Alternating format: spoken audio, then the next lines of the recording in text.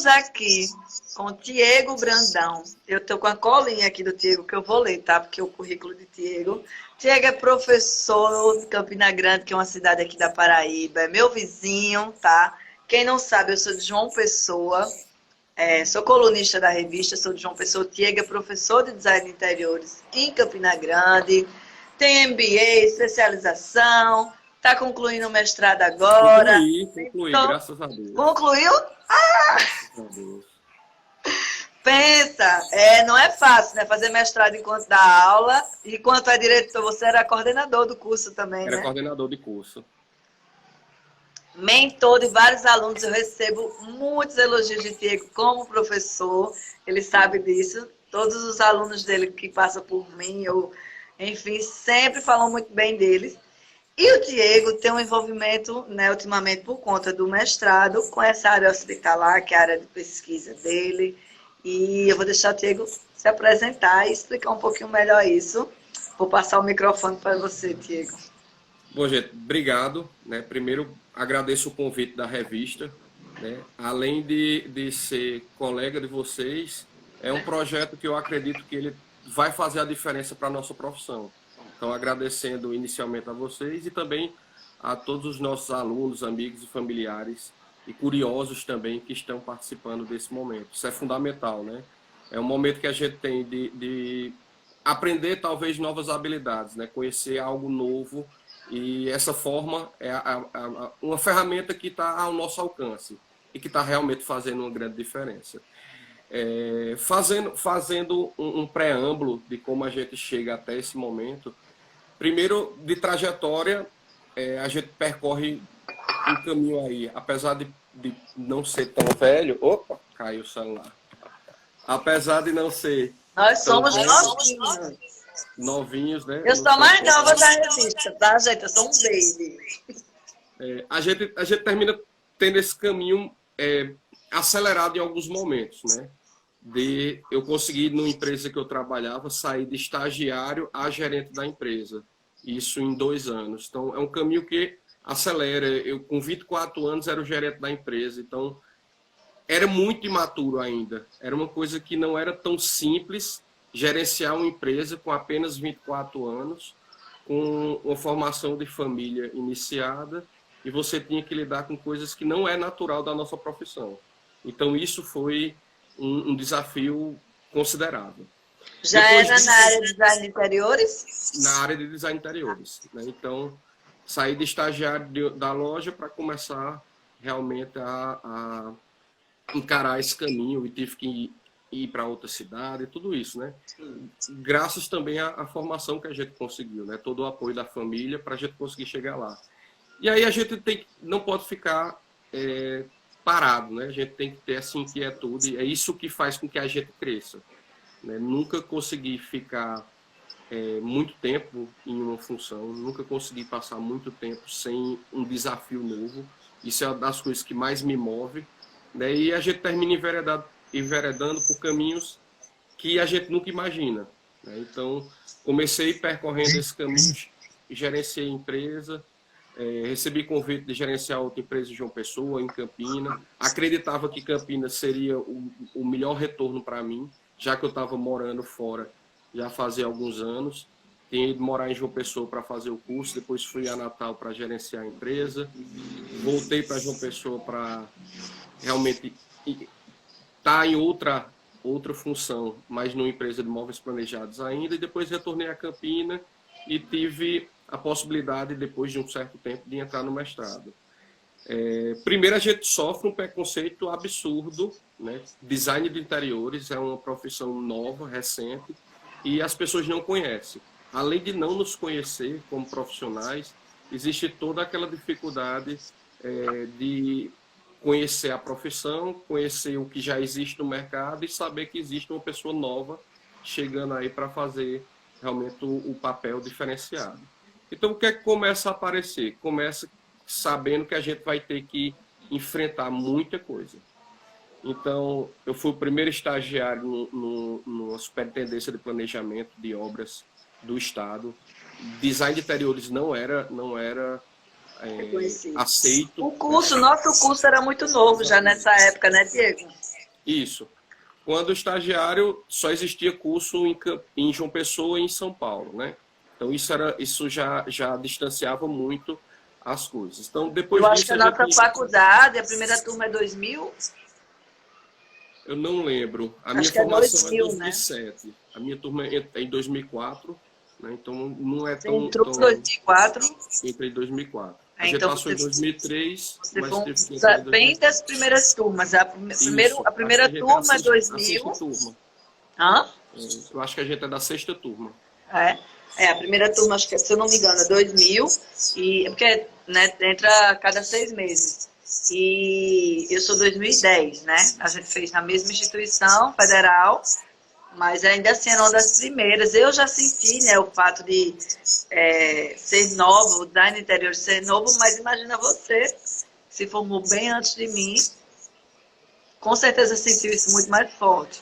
E nem a gente sabia o que era design de interiores, né? Então, assim, a gente não tinha referência, a gente não tinha profissionais que fossem referência para que a gente seguisse, né? Que a gente Inclusive espelhasse. nossos professores, né, Nossos não eram professores. designers de interiores. Exatamente. Então, assim, é um caminho que, por muitas vezes, dá medo. Você vai saber que você vai enfrentar uma profissão que poucas pessoas conhecem, que existe um preconceito, existem diversos preconceitos dentro dessa profissão, mas que a gente precisa mostrar que veio e a gente tem que ser melhor. Eu acho que a cobrança na gente termina sendo um pouco maior por conta disso, né? Se a gente erra, a enxurrada de crítica ela é muito maior.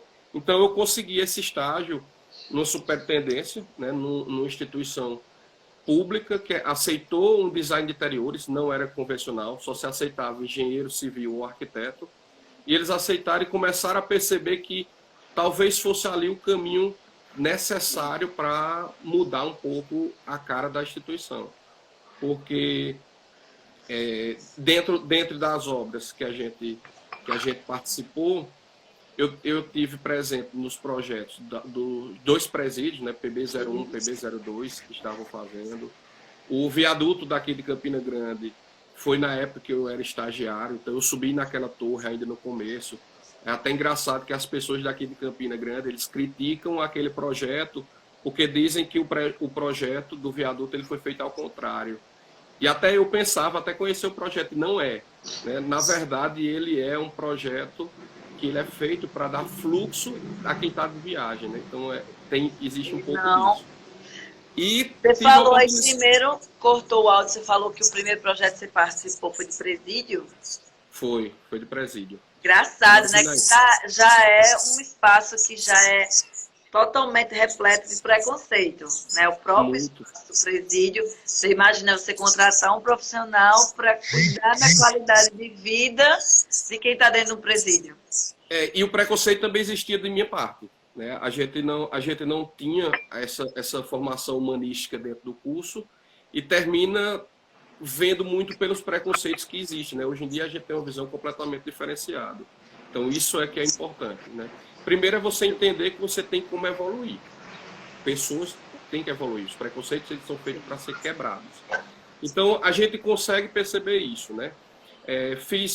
Infelizmente, tive que participar de muitos projetos que eu não agradava, né? Instituto de Polícia Científica, IML, e você tinha que encarar aquelas coisas, né? De ter acidentes que aconteceram, enfim. E aí começa a entrar um pouco na área de saúde, né? Desses projetos.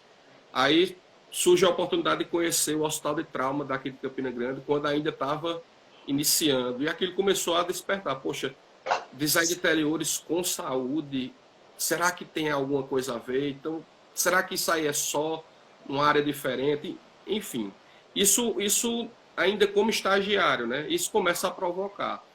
E por muito tempo mesmo a gente entende que saúde é feito por profissionais de saúde. Né? Só aquelas pessoas da área de biomedicina, né? As áreas biomédicas. E tudo fica muito mais claro a partir do momento que a gente tem a oportunidade de conversar com outros profissionais e ver que a saúde ela é multidisciplinar. Então, sim, a saúde não é só médico, não é só odontólogo, só fisioterapeuta, enfermeiro, enfim.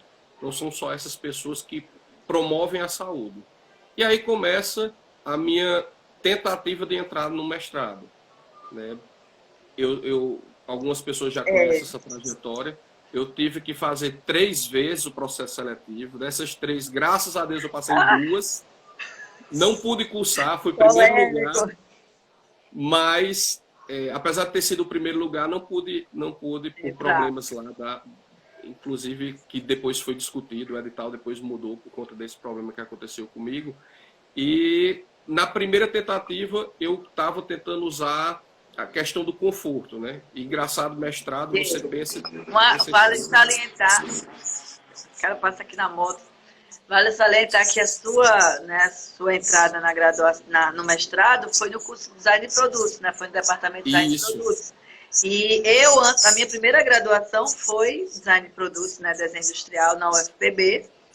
E existe um estereótipo, um preconceito muito grande, existia, pelo menos naquela época, que o design de interiores faria somente decoração. Era uma coisa bem simplista, e nem os próprios professores da área de produto, que é uma área tão próxima, né, tão interligada à nossa, eles não entendiam. Eu mesmo, quando saí de produtos para fazer interiores, eu me surpreendi com a área de design de interiores que eu não sabia. Então, a galera de produtos, eles estão muito fechados, né? Eles têm, durante a graduação e o mestrado, uma carga muito grande de processo criativo, de filosofia e tal. E é uma coisa que eles meio que repelem a galera de outra área, porque acha que não vai ter essa dimensão do processo, né? De projetar e tal. E eu sei que a galera lá do curso que você fez, né? Que você passou na seleção, era bastante resistente à entrada de um designer de interiores.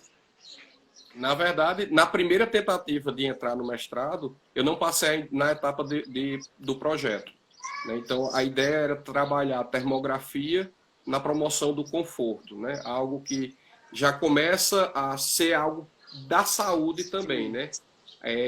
Termografia é algo estudado na mecânica, mas começa iniciando a termografia na melhoria da saúde, na promoção da saúde das pessoas. Então, começa o meu caminho ficar cada vez mais forte nessa área. E a gente entra pensando que vai para o mestrado fazer a pesquisa que você quer. E não é, né? Os caminhos, eles são um pouco diferentes. E aí, não passei nessa primeira etapa, né, do projeto, fiquei muito triste, mas sabia que eu teria uma outra chance. E aí, na conversa com o meu professor, a gente conseguiu identificar que o melhor caminho que a gente tinha era realmente aliar a parte de design com a parte de saúde. Isso seria fundamental para que o projeto ele tivesse não só a aprovação, que a aprovação ela depende de diversos fatores, mas que causasse um impacto. O importante para mim e para meu orientador sempre foi causar impacto através do nosso projeto. A gente nunca quis que o nosso projeto ele ficasse no instante. A gente quer que o nosso produto ele vá para uma prateleira. Ou seja, não é aquilo só para ficar engavetado, aquilo que não vai servir mais para outro momento. Então, começa a gente a identificar que talvez o caminho fosse realmente esse. E aí, nesse primeiro processo eu passei, e durante a entrevista eu percebi que havia preconceito, né? Disseram que eu não era de design, porque eu era de design de interiores, então eu não era de design. E aí eu reafirmei, não, eu sou de design. De ser de interiores não quer dizer que não é design. E aí, graças a Deus, passei com louvor, passei em primeiro lugar. Não pude realmente conhecer, não pude cursar naquele momento.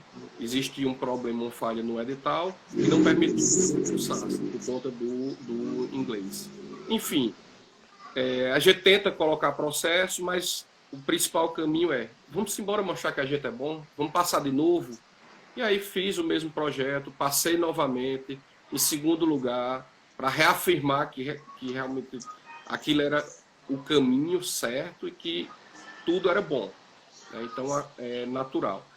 Depois disso, a gente começa a perceber que agora sim, agora design e saúde elas têm relações. O projeto foi aprovado por um comitê científico, então vamos embora pesquisar.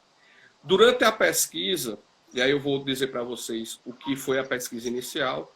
O meu projeto ele é o desenvolvimento, né, das especificações para um novo jaleco, um jaleco que ele evite contaminação. ninguém imaginava que a gente iria vivenciar um momento como esse de pandemia. Que o jaleco ele agora está comprovadamente mostrado que ele é eficiente. Né? A gente está precisando ainda de outras coisas para poder desenvolver o jaleco. Não é. A defesa foi agora em fevereiro, a pandemia foi em março. Então, a gente teve um mês da defesa para o produto ter que ir para o mercado e não tem como. Né? E o que mais me deixou interessado assim, na pesquisa, que a gente não imaginava, e aí é um dado que eu vou falar para todo mundo, talvez seja um próximo caminho aí de pesquisa para vocês, existe uma doença chamada iatrofobia, né, que é conhecido naturalmente como a síndrome do jaleco branco, que 30%, olha esse quão alto é? 30% das pessoas que são tratadas com hipertensão, elas não possuem hipertensão. Elas estão com essa síndrome. Então você é medicado, você recebe todo o tratamento aí de hipertensão, só que você não é hipertenso. Então você está acabando com a sua saúde porque não foi identificado que existia uma doença aí que é associada à cor, né? Ela demonstra-se claramente pela cor do jaleco branco, mas não é só isso, né? Existe a aparência médica, existe tudo isso. Todo o estereótipo do jaleco, né? Todo o estereótipo, né? Então, para todo mundo, talvez já seja natural você chegar no ambiente hospitalar ou ambiente de saúde. Mas para muitas pessoas, ainda é um trauma. Né? Você chega num espaço como esse e você não se sente bem, né? Não se sente confortável. Então, teve um momento que a ideia era mudar a pesquisa do jaleco que evitava contaminação para estudar essa questão das cores, essa influência. Né? Então, era uma disparidade. Né? Poxa, qual caminho eu vou seguir? Porque são dois caminhos distantes, mas que algum dos caminhos eles deveriam me levar a fazer o bem, né? Fazer algo para a saúde, para a humanidade, e a gente pudesse deixar realmente como uma boa entrega. E aí, nesse momento, a gente decide que não, realmente isso aí é interessante, mas deixa aí para estudos futuros e vamos começar a trabalhar realmente esse desenvolvimento do jaleco. E aí a gente faz toda a história, consegue alcançar isso tudo. Né? A gente teve êxito na apresentação do projeto. Engraçado é que o fato de identificar, né, uma síndrome como essa, né, o fato de você visualizar um profissional da área de saúde vestido com jaleco branco, todo o conceito que o jaleco traz, né? Que ativa ali seus gatilhos emocionais, você atinge um nível de estresse e tal. E aí acende aquela luzinha de que, opa, se isso acontece com o jaleco, pode acontecer com outros elementos que estão ali no dia a dia, dentro de clínicas, dentro de hospitais, dentro de UTIs, de salas de recuperação. Exatamente. Então, assim, a doença existe e o nome dela é iatrofobia por conta do jaleco. Mas existe toda a falta de preparo dos nossos espaços de saúde. Muitos deles são adaptações de casas.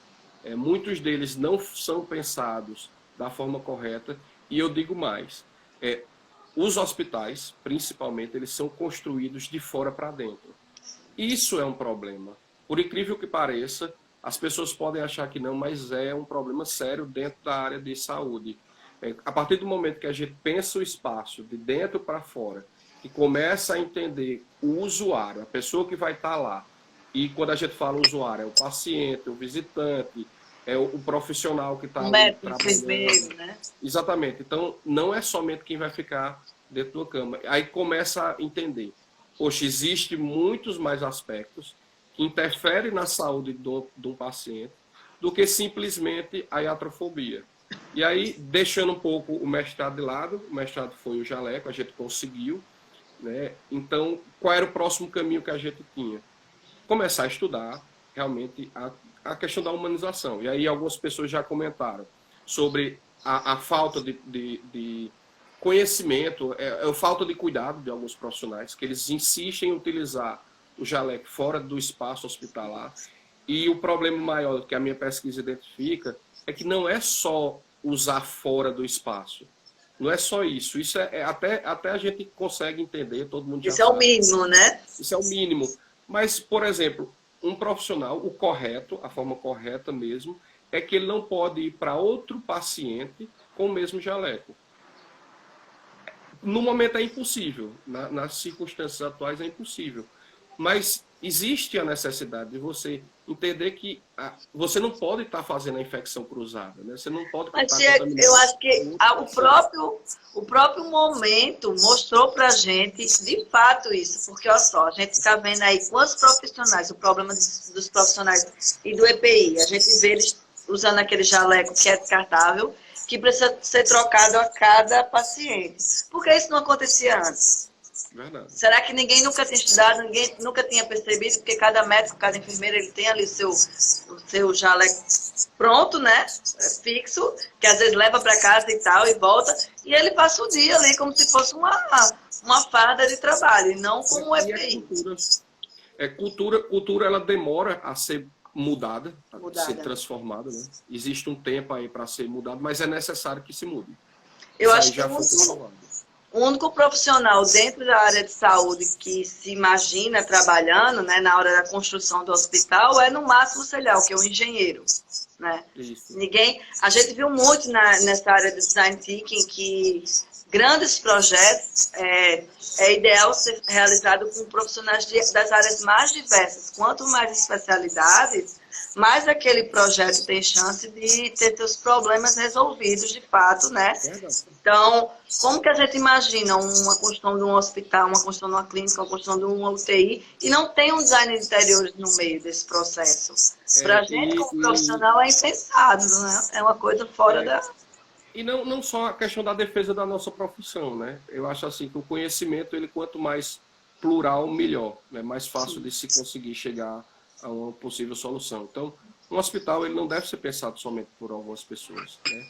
Um dos princípios básicos de um projeto é você ouvir quem é que vai usar, quem é que vai estar ali no dia a dia. Quais são as áreas que podem exercer influência. Como eu falei no começo da live, a gente pensava que saúde só se fazia quem era profissional da saúde. Exatamente, não é, né? Se você imaginar a quantidade de engenharias que existem dentro de um espaço de saúde, e não na construção, mas engenharia mecânica, engenharia de materiais, engenharias biomédicas, engenharia civil, engenharia elétrica, enfim, diversas engenharias. E o design, ele precisa trabalhar para que a gente consiga... Melhorou, Márcia? Márcia está dizendo que está dando microfonia. Tá. Deixa eu ir repetindo. A gente, por muito tempo, identificou, né, que esse era o caminho, e o design, ele se insere em coisas básicas que talvez as engenharias mecânicas e outra engenharia que ele desenvolva o produto, ele não tenha investigado, né? Uma coisa extremamente simples é a ergonomia, né, a anatomia das coisas, o momento que você tem de trabalhar com o próprio espaço de trabalho, né? Se fala muito do estresse, por exemplo, em empresas, em escritórios. A gente estuda muito o ambiente de trabalho em escritório, por exemplo, né? Como reduzir o nível de estresse. Grandes empresas como a Google, a Apple, que tem seus espaços muito bem pensados para os funcionários, mas eu acho que se negligencia muito essa questão. Por exemplo, o nível de estresse, a gente vê agora os médicos que estão passando, os enfermeiros, o nível de estresse que esses profissionais têm de estarem trabalhando dentro de um hospital, de estarem enfrentando, por exemplo, um momento como esse, né, de pandemia, que tá todo mundo ali tendo que ver a plantão e tal. E é só quando eu falo, Diego tá ouvindo, e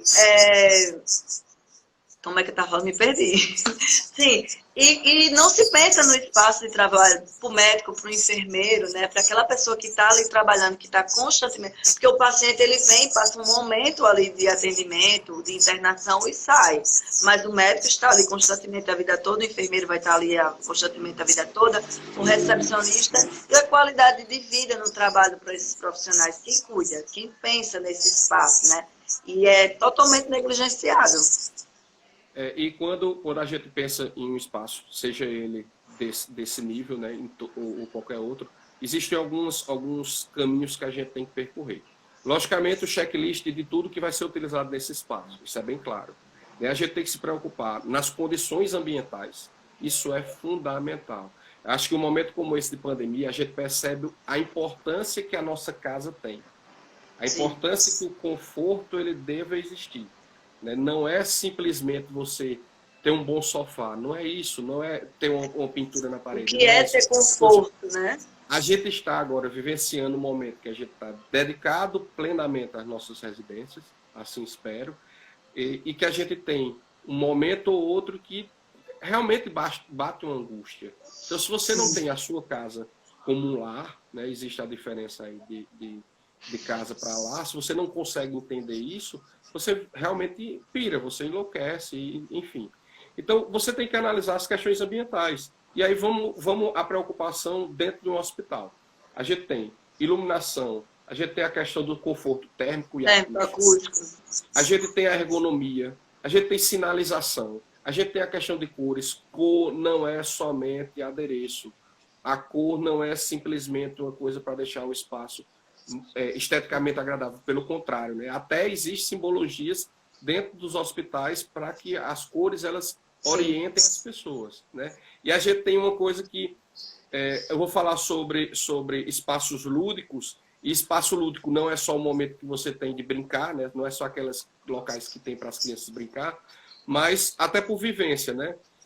Existem locais que eles são não diretamente ligados à cura, né? Dentro de um hospital. Não é só o local que a pessoa vai estar, não é só o local onde o profissional vai estar, mas tem que existir um espaço como loja, tem que existir um espaço como uma galeria de arte, existe um espaço lá como um templo religioso. As pessoas precisam disso, né? Isso faz parte da cura. Né? Existe um momento lá, sei lá, uma banca de revista, um momento que a pessoa ela possa abstrair da doença, abstrair do problema que está vivenciando, e pouco a pouco, né, a cabeça também lhe ajudando na recuperação. Isso, logicamente, quando o caso de você poder fazer esses percursos. Ainda tem a questão de você ter tudo isso e tem os pacientes que precisam de acompanhantes. Então, e o que é que o acompanhante ele vai fazer nesses locais? Né? O que é que ele precisa? Eu até comentei com o Diego quando a gente fez uma reunião rápida online antes da live aqui.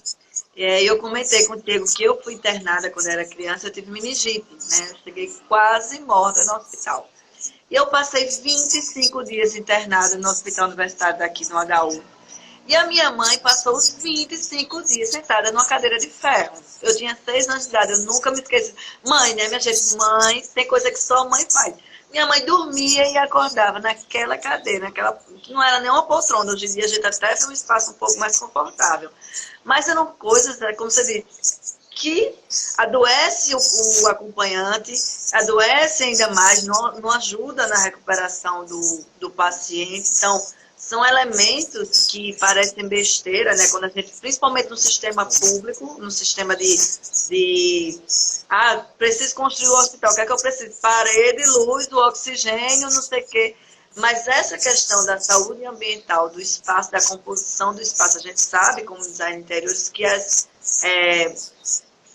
os estímulos, né, visual, tato, de cheiro, de olfato, os estímulos da gente nos auxiliam muito nessa recuperação.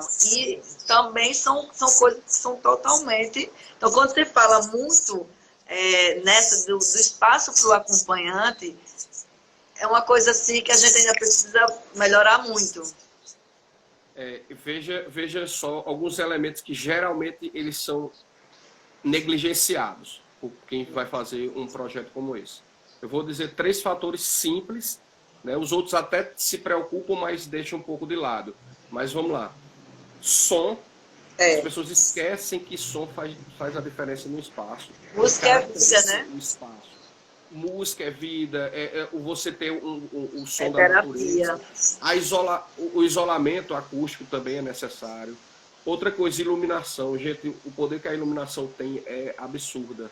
Né? Então, existe a cromoterapia também feita através de luz, né? Não só de luz, a luz, cor, né? A cor não é só a luz, a cor não é só aquilo que a gente coloca na parede, né? Existe a cor pigmento e a cor luz, né? Então, tudo isso ele tem que ser analisado. E outra coisa que é negligenciado é marcante, característico de um espaço de saúde, chama-se cheiro. Por que é que não se pensa na solução para o cheiro? Porque existem diversos profissionais que trabalham exatamente com isso, né, com design olfativo. Veja o que é o cheiro de um carro novo. Gente, o cheiro do carro novo... O cheiro deve marcar, todo mundo conhece. E são cheiros que eles não existem. Na época que era minha graduação, apareceu uma oportunidade de ser estagiário da GM. Né? Não tentei até e não consegui. Então, você ser estagiário de uma fábrica de automóveis. Porque o design de interiores pode trabalhar também nisso. E eu não imaginava nunca que isso era um caminho que a gente... Leiam minha coluna na revista, né? Exatamente. Ver o que é realmente trabalhar com isso. Então, esses 3 elementos, eles são negligenciados comumente, né? E aí, vamos entrar em outros que também são. Né? A gente precisa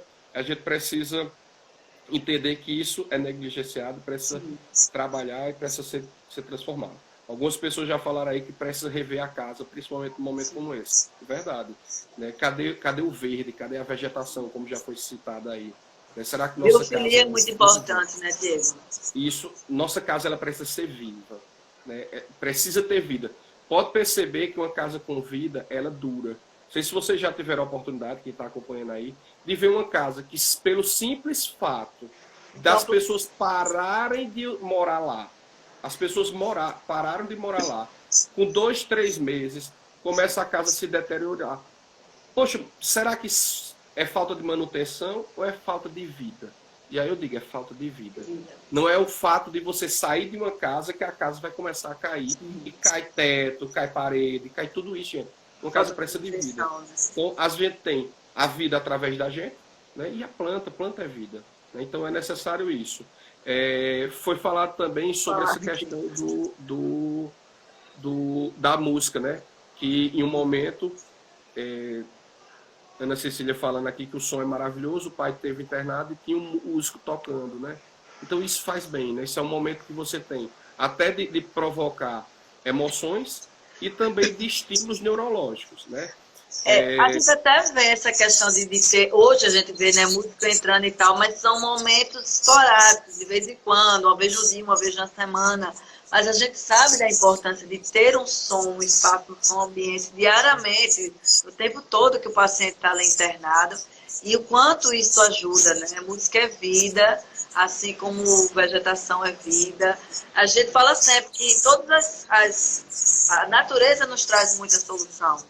Né? A gente que para de ouvir ela, mas a natureza traz muito para a gente, de cheiro, de som, de tudo, de toque.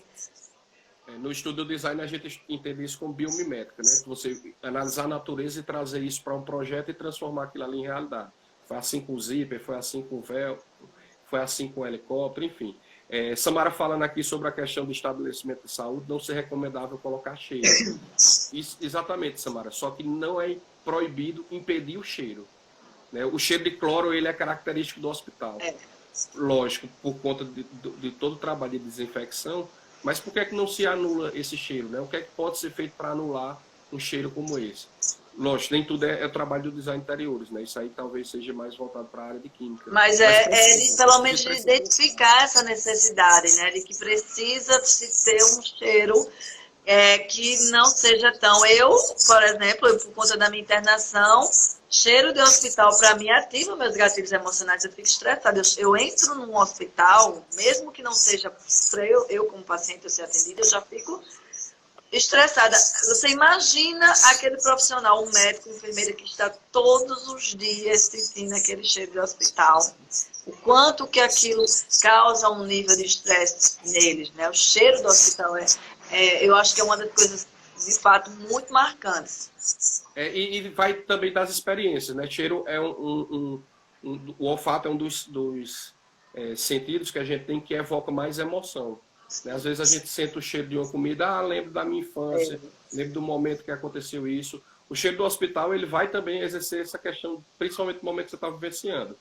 A partir do dia 29, por exemplo, meu filho pode nascer a qualquer momento. Então, durante esse período, como é uma experiência positiva, o cheiro ele vai me trazer boas sensações. Sim. Mas se não for numa situação como essa, o cheiro vai realmente me espantar.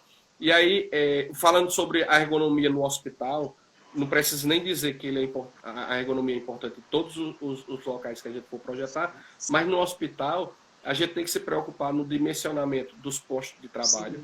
Quantas vezes a gente vai no hospital e vê um número muito alto de profissionais de saúde num espaço pequeno, onde muitos têm que ficar em pé, né? Existem pessoas que vão estar lá 24 horas. Imagina o que é você passar um plantão todo e você não ter um local adequado para descansar, né? Inclusive, apareceu ontem numa matéria do Fantástico, profissionais que estão realmente tendo que descansar no chão. Lógico, o momento é diferenciado. Excepcional, né? Excepcional. Mas a gente sabe que não existe, né? Então, você tem, muitas vezes, num ambiente como esse. Não só, eu vou falar de só hospital, a gente sempre tende a ver a questão somente de médico. Mas imagine o que é você estar fazendo um tratamento de odontologia, por exemplo. Um trabalho que, às vezes, o nível de trabalho que você vai fazer ali torna-se estressante. Porque você tem que, muitas vezes, passar um tempo segurando um equipamento daquela mesma posição. O paciente ele está sentindo dor, muitas vezes, ele está ali querendo reagir, e o profissional ele tem que estar atento ao instrumento, ao que está fazendo e na reação do paciente. O paciente ele pode reagir de uma forma inadequada e você terminar acidentando ele. Então, existem, nos espaços de saúde, existe muito essa questão de atividades que o nível de tarefas eles são estressantes. Então, tudo isso ele tem que ser pensado. A escolha de cada um dos elementos ele tem que ser criterioso. Os materiais que eles são aplicados, as pessoas algumas vezes têm preconceito. Determinados espaços, determinados momentos que você vai estar sendo atendido, trabalhando lá, desenvolvendo o projeto, dependendo do que for o tratamento do paciente, pode ter algumas coisas mais ousadas, né? Mas na maioria das vezes as pessoas tendem a utilizar algo neutro. Mas o neutro ele pode trazer um problema aí muito maior, que é da monotonia. Então a gente também tem que entender até que ponto o neutro é importante. Então existe Diego, tudo isso. Eu não sei se tu viu, eu fiz uma live com a Pamela, né? Eu trabalho no escritório muito com design afetivo e recentemente eu peguei um projeto, uma reforma, um retrofit de uma clínica odontológica aqui de João Pessoa, e é uma clínica de um bucomaxilar, um dos maiores bucos do Brasil. E o doutor Talvani, quando chegou no escritório, né, ele chegou com essa missão. Ele disse, eu preciso que a clínica seja modernizada, né? Mas a intenção, né, o nosso maior intuito no conceito do projeto era que o espaço da clínica, ele não ativasse esse estresse no paciente. A sala de espera para a gente foi uma coisa muito bem pensada, muito bem estudada. A gente usou todos os sentidos, som, imagem, olfato, tudo, para que o paciente, ao sentar na recepção, e às vezes você fica ali 10 minutos, 15 minutos, 20, 30, 40, dependendo se é hora marcada ou não, e você fica ali, escutando o motorzinho na sala lá, esperando a sua vez, esperando ir para a forca, né? Sentado, no máximo com a revista na mão. O espaço da recepção de uma clínica odontológica, ele favorece com que a sua ansiedade em chegar na cadeira do dentista e tá lá o motor. O barulho do motor, né? Hã? O barulho do motorzinho barulho do motor. Então, todo o conceito da recepção da clínica foi para que esses estímulos, né, que são negativos, essa ansiedade, esses aspectos, fossem dissipados, né? Então, do som, a cor, você falou assim, se utiliza muito branco, muito neutro, né? Que se liga muito a espaço hospitalar, tem que ser branco, né? Mas até que momento a gente precisa disso? Por exemplo, uma recepção. E aí a recepção, ela não tem nada de branco, ela é super aconchegante, ela é super confortável, tem som, tem automação, bababá. Então foi tudo muito bem pensado para que o paciente, ao sentar lá, não se sentisse ansioso, né? E para que gatilhos não fossem ativados no estresse dele ali de ir para cadeira do dentista. E eu acho que falta muito isso nos espaços. Na verdade, assim, até para desmistificar, aí tem diversos alunos aí participando, né, e profissionais da área de saúde também. Desmistificar é uma questão muito simples. não é necessário ser branco, não é necessário ser bege, não é necessário ser cinza claro, não é necessário nada disso. A OMS, né, ela vai identificar que, realmente, 90% dos contaminantes eles vão estar na sujeira. Utiliza-se essas cores mais claras para facilitar a visualização da limpeza. Mas por que é que o azul e o verde, que são as principais cores que devem ser utilizadas no hospital, por que é que essas cores elas não são aplicadas? E as pessoas insistem em utilizar o bege, que é uma cor monótona, né? Tá certo, eu não posso utilizar, não vou ousar, né? O profissional não quer usar. Mas a iluminação ela pode fazer o papel, muitas vezes, dessa composição das cores. Né? Então a gente tem que entender um pouquinho isso.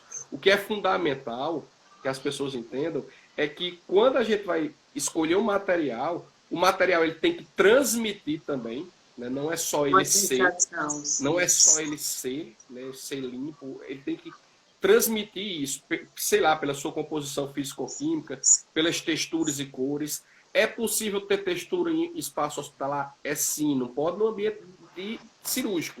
Claro que não pode, isso aí é natural para que seja fácil. E a textura nem sempre é tátil, né? Muitas vezes ela é visual. Ela pode ser uma textura visual, né? Mas a própria textura tátil ela é permitida, né? A textura da ranhura da madeira ela é permitida, desde que seja nos quartos, dependendo do que for o tratamento. Recepção, né? Banheiro. Exatamente. Então, assim, além de tudo, mesmo que o material ele atenda a todos os critérios, a questão do impacto visual ela é fundamental. Imagine o que é utilizar um aço cortem numa parede de um hospital interna. Será que daria certo? E aí, para quem não conhece, esse aço cortem é o que imita a ferrugem. Sim. Então, poxa, você tem um material que é lindo, trabalhado na fachada, trabalhado em diversos locais, mas que talvez se fosse utilizado na saúde, ela não traria uma boa imagem, né? Então poderia atrapalhar no trabalho, né? A pessoa não saberia se ali estava sujo ou não. Então a gente tem que ter um pouquinho de cuidado com relação a isso. A ousadia ela é permitida, tá? Não precisa utilizar só branco e bege, só branco e bege. Assim como o branco, né? Esse estigma de que o branco, né, é o que tem que ser, né? O outro, né, o sair do padrão também tem que ser usado com muito cuidado. Para que não traga um efeito totalmente contrário, né? Para que não. Exatamente. A utilização do branco na saúde, e aí eu digo com propriedade pela minha pesquisa do mestrado, foi muito pelas crenças divinas. Né? Por ser uma cor difícil de se manter, né? Eram cores destinadas à adoração, né? As pessoas adoravam o branco, a pessoa estava limpa, então na época ainda de sacerdote, nem eram os médicos, né? Na época ainda dos sacerdotes, eles utilizavam as roupas brancas, que era o sinal de pureza, mas que isso terminou sendo atrelado por muito tempo à saúde, mas durante a história, essa cor ela já foi modificada, o branco deixou de ser branco e passou um período muito grande sendo preto, então a vestimenta médica era preta, imagina aí o que é isso, é considerado aí, quem quiser pesquisar depois, do Dr. Peste, foi um momento que o profissional de saúde ele espantava, existia a questão da pagelância com conhecimento de saúde, e espantava a doença, também tinha isso, né? Você vê muito nos filmes mais antigos, eu acho que você via muito a imagem do médico familiar, né? Chegando na casa com aquela roupa preta, chapéu com a mala preta. Exatamente. E essa parte ainda nem é impactante, né? Existia a máscara que era utilizada, né? Para que acabasse com a questão de miasmas, tinha essências, né? Eles utilizavam um pomander, que era, imagina, um colar que exalava cheiro, para que a doença, eles acreditavam que a doença pegava pelo cheiro. Então, olha a importância do cheiro aí novamente, da história, né, culturalmente, da própria medicina, o cheiro era quem transmitia as doenças, né? Se a pessoa estivesse cheirando mal, a pessoa poderia estar com alguma doença. Então, existia muito essa questão, né? Então, modifica, foi o preto. E uma coisa que é engraçada para o momento que a gente está vivenciando é que o médico, que ele descobriu, né, Samuels, ele descobriu que a limpeza era fundamental na medicina, ele foi internado como louco por conta disso. Porque ele defendia o simples fato de lavar as mãos na hora de fazer Eu acho que também, não só nós, mas o espaço, né?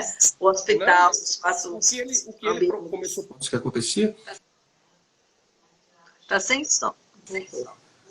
Que a quantidade de mortes que aconteciam, que os instrumentos eles estavam transmitindo doenças. E as pessoas, por conta disso, estavam vindo a óbito. Então, olha como é questão cultural. Cultura a gente tem que quebrar. Demora, mas se for uma cultura errada, a gente tem que fazer isso.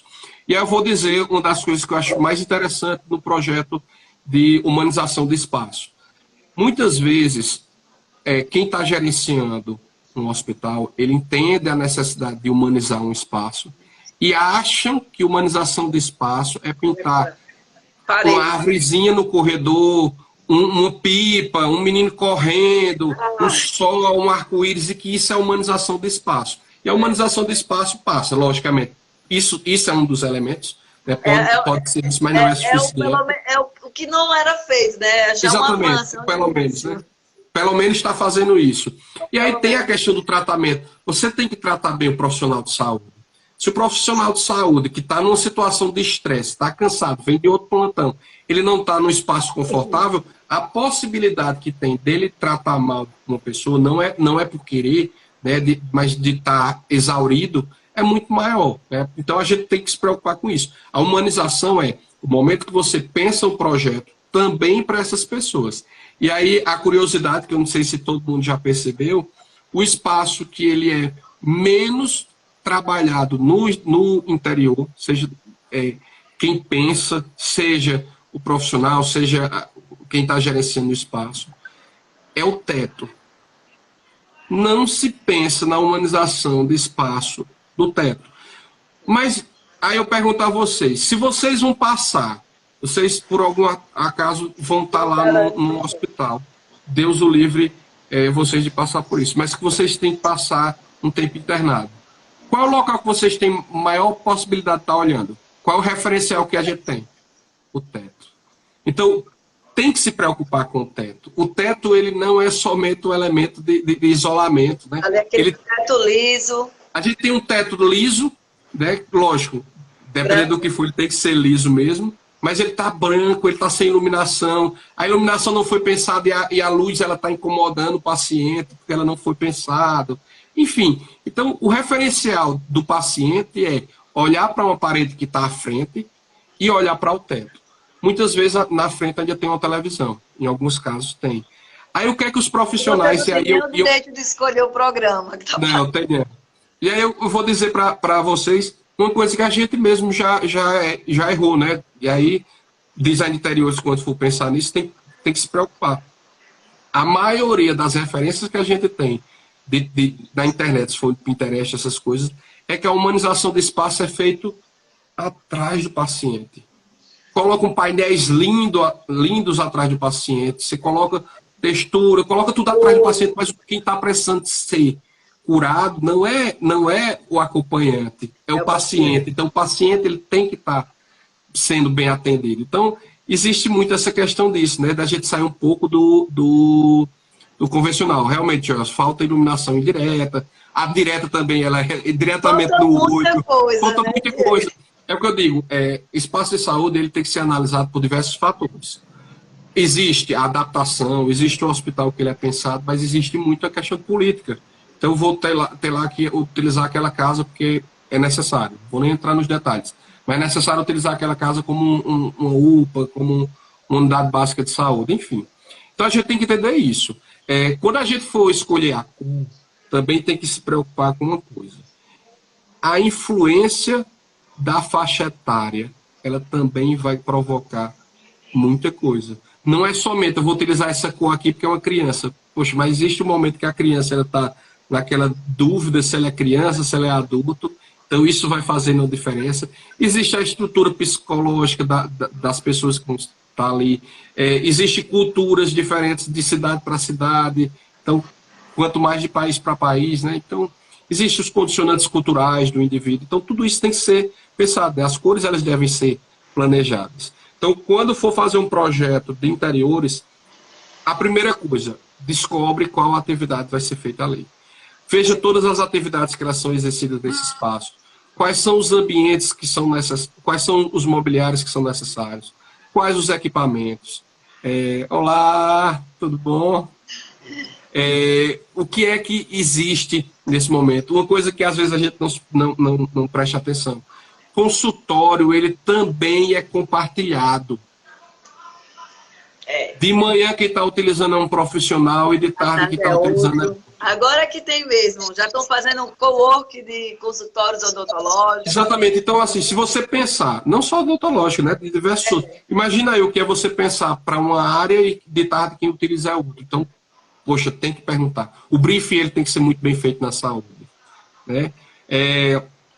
Uma questão, né, a recepção ela é sempre o cartão de visita. Se a pessoa ela se sente bem quando chega no espaço, pode ter certeza que já vai ajudar no processo não só de cura, né, mas no processo de atendimento, de tranquilidade, de serenidade.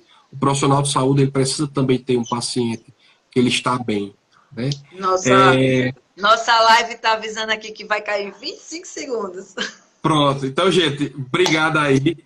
Uma coisa do projeto, as pessoas esquecem, junção de parede e junção de teto, né? Então, busquem se preocupar com isso, né? Se preocupem com o humano, se preocupe com o paciente, se preocupe com o profissional que está lá trabalhando, independente de quem seja. Então, obrigado, Adele.